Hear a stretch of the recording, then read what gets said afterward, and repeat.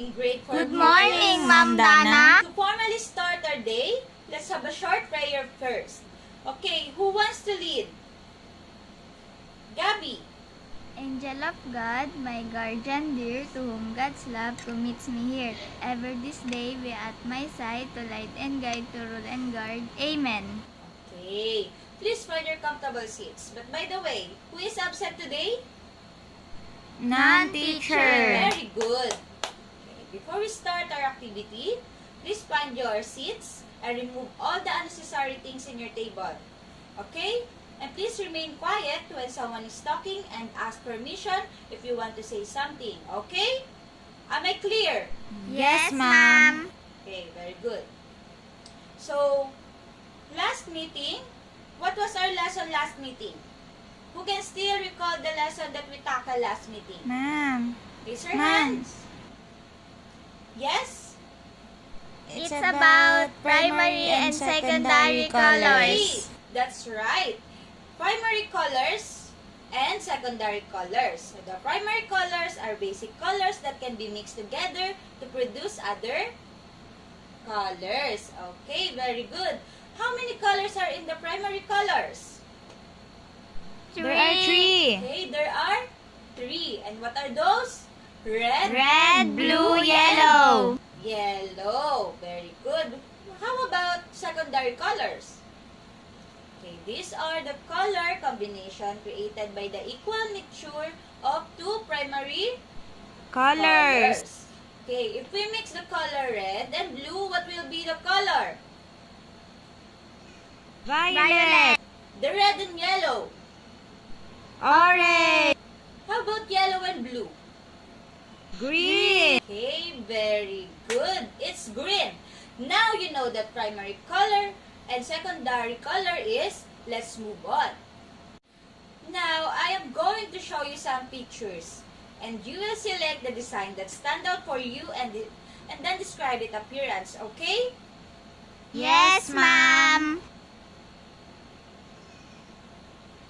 Okay, Gabby, what will you choose among these shirts? I like the Captain Levy, ma'am, because I find it cute. Wow, that's interesting.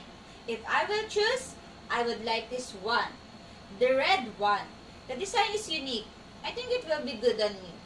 So these designs are all awesomes. But did you know that there are still some other ways to design a shirt? Let's find out. Are you ready? Okay, let's start. Okay, we have a new topic for today. And at the end of the lesson, you are expected to number 1 is know and identify the proper procedures of making tie-dye design. Second, showcase confidence and teamwork in making tie-dye design. And the last one is create a unique tie-dye design. Okay.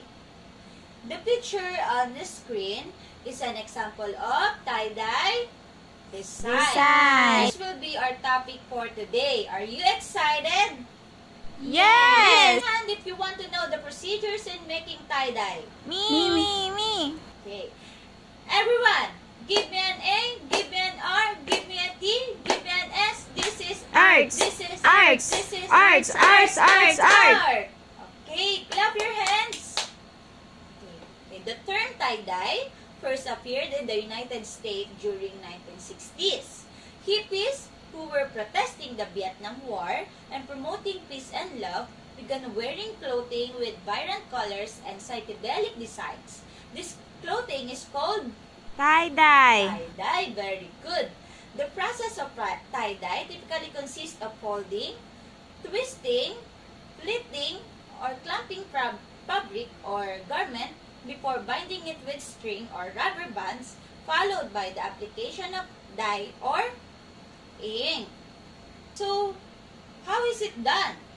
Okay, fabric is tied at different points and the tied fabric is dipped in the fabric dyes or ink and then the fabric is left to dry. This method helps to get color variants and patterns on the cloth. Okay, here are the example of tie-dye design.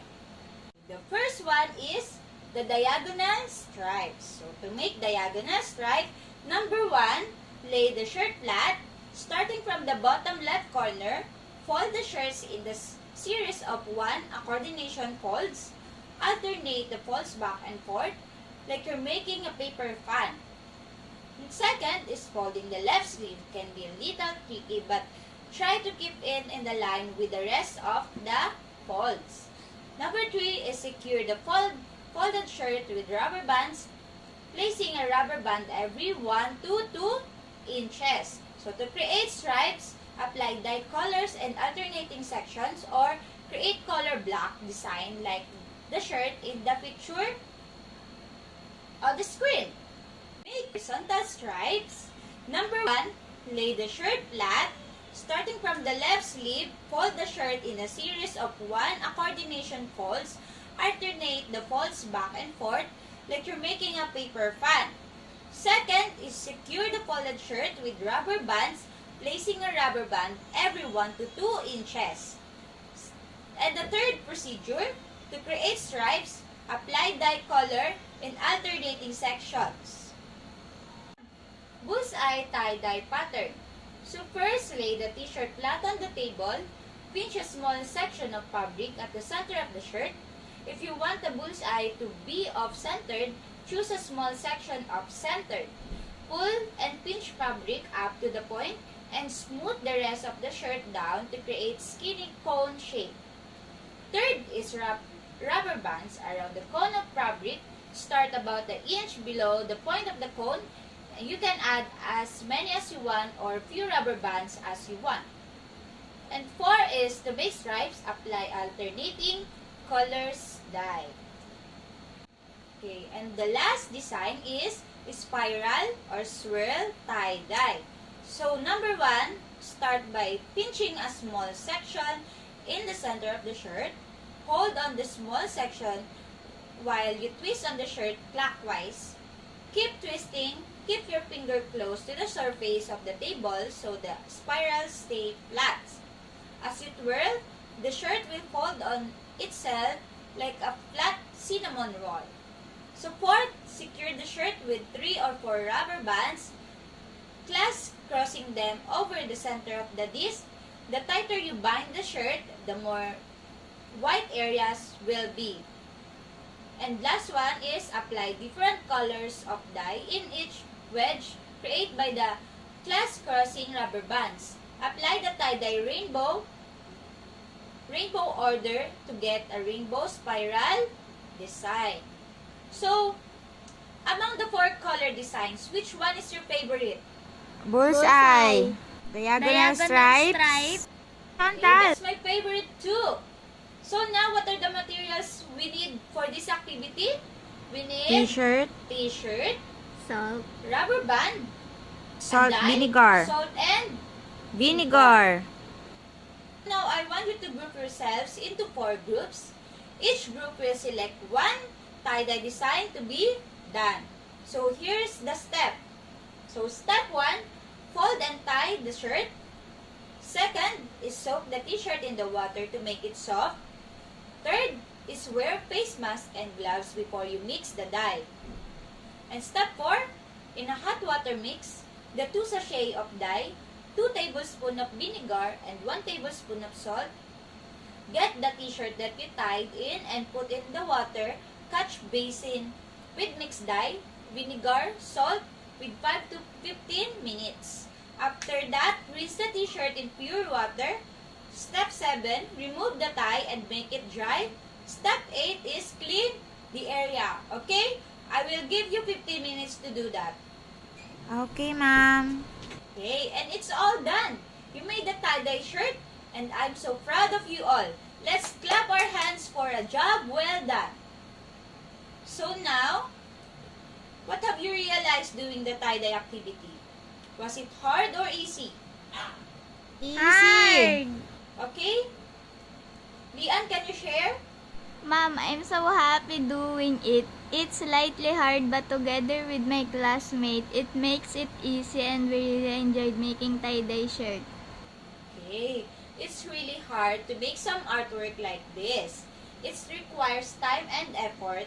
No matter how it looks like it's still an art with a deep meaning within. So don't judge an artwork based on the appearance Appreciate instead the effort exerted and the meaning applied by the artist. Do you understand? Yes! Okay. Okay, so before we end our class, I want you to get 1/4 sheet of paper, identify the types of the tie-dye design, and write your answer on the 1/4 sheet of paper.